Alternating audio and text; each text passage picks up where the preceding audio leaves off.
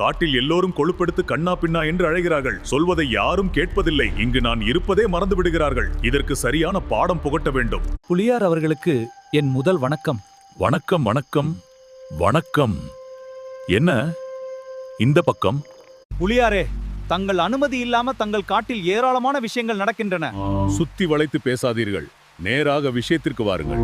எல்லாம் அந்த குரங்க பெருமை பற்றி தான் சொல்கின்ற. யாரோ மனிதன் கூட கும்மாளம் அடித்துக் கொண்டிருக்கிறான். மனிதனா?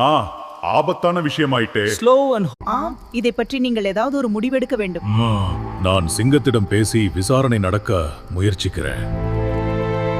புலியாரே, எனக்கு விடை கொடுங்கள். நான் சென்று வருகிறேன். சரி, மெதுவா போய் வா.